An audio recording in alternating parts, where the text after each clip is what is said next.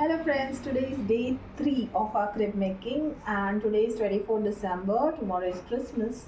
So as you can see we have already arranged the altar here for our Lord Jesus Christ and let's see the status, day 3 of our crib and wheat growing. So as you can see छोटे छोटे कोंब आलेले आहेत इथे. You can see there are sprouts आणि इथे you can see there are small the small outgrowths. Okay, तर आता आम्ही थोडा वेळ फक्त पेपर काढून त्याला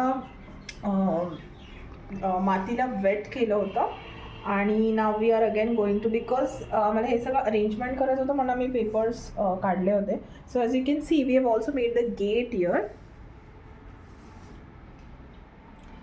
ओके, आणि आता आम्ही हे अरेंजमेंट थोडी केली आहे. There are some more things, आणखी काही ॲनिमल्स वगैरे येणार पण that we will do at a later point कारण अजून ग्रोथ यायला बाकी आहे. So we are go to put the paper आणि परत आम्ही कवर करून ठेवणार आहे.